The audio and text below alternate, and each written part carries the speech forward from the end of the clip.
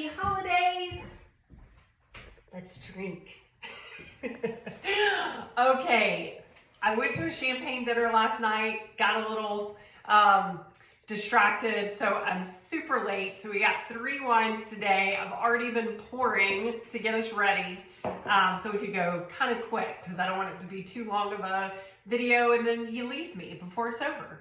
So first wine, we've got a Buena Vista Chardonnay from Carneros. Buena Vista, just a quick reminder, oldest winery in Napa, which is really cool, 1857. So this wine has hand-picked grapes, which is always really special because you've got very purposeful grape picking for a more deliberate wine that you want to come out of it. This is something that has been touched by lees, which is yeast, to ensure that you've got a more complex wine, something that you're gonna get toasted notes, vanilla. It has some barrel aging, so there's definitely oak there. I taste some honey. On the nose, I smell nectarine, and that's not something that my nose typically touches on, so that's kind of cool for me because that's a new one. Stone fruit in general, lemon and green apple are very prominent here, and something else that I smell is jasmine. I get asked sometimes if I bring up jasmine or honeysuckle, somebody will say, well, how in the world is that in wine? And I'll tell you that the reason is there's something called terroir.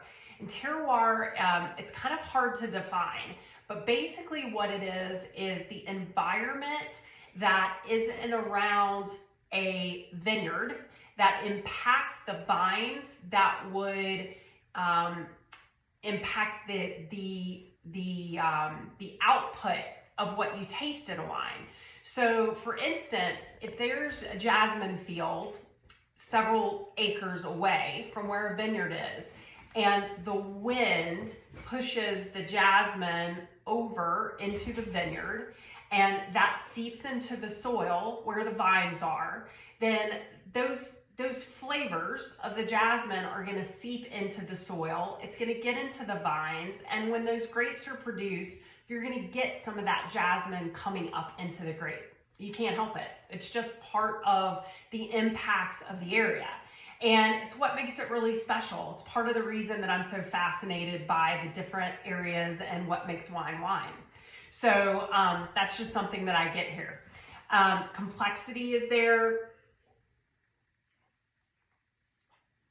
And it's a pretty decent finish. It's a very nice Chardonnay. It's not super oaky, definitely not getting butter or any of that. So I know we talk about Chardonnay sometime. If you're a little, hesitant on Chardonnay, you don't want something super buttery. It's light, it's easy to drink, and it's not so oak impacted that it'd scare you away. So any questions on that, let me know. All right, second wine is Deloach Pinot Noir. And this one comes from an area called Eagle Creek, which is a warmer area, which is going to impact the type of fruit flavors you have.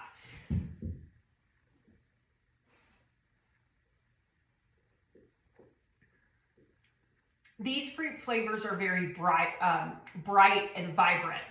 I would say you're going to get raspberry, red cherry, cranberry, just these very bright fruit flavors. Subtle tannins here. Very aromatic. This would go pair very well with grilled meats, but can hold up to heavier sauces.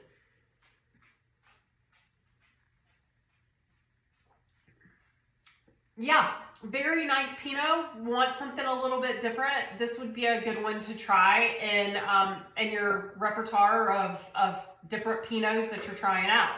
I know I'm going a little bit fast, but we have 3. So, all right, third one is the Wattle Creek Syrah.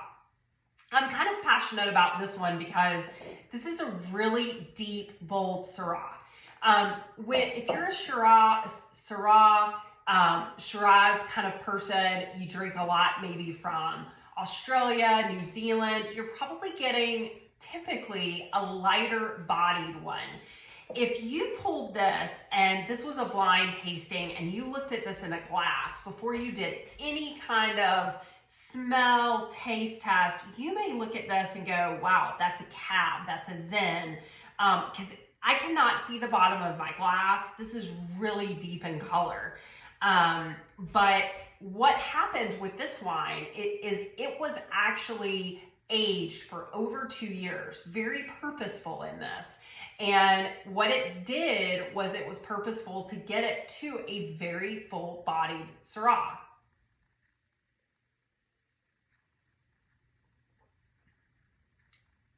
Man, that is beautiful. So what that's giving me is very full fruits, full body. You're getting black currant,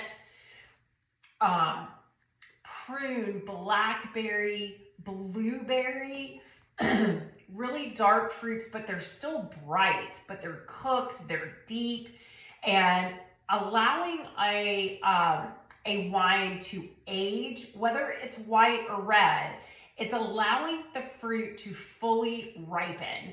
And so you're getting everything out of it within the ripening process. And it's bringing complexity and body, and that's definitely what this is doing. One thing with Syrah that you get a lot too, typically is if you're doing tastings, one way to call out a Syrah is you usually get some spice to it. And this one definitely has some spice. If I was going to suggest a pairing, I would say grilled meats, roast. You're having holiday meals right now. This definitely could do big, bold holiday meals with your big meats. This one is going to hold up with any of that.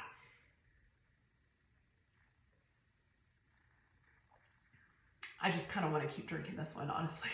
So anyway, all of these are great ones for days 7, 8, and 9, and hope this is kind of helping. So again, Buena Vista Carneros Chardonnay, Deloach Pinot Noir, and Wattle Creek Syrah.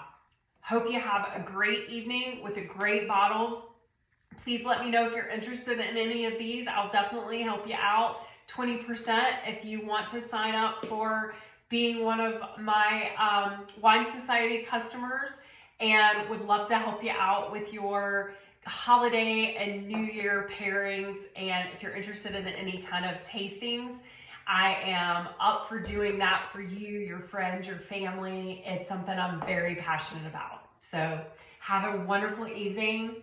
Cheers.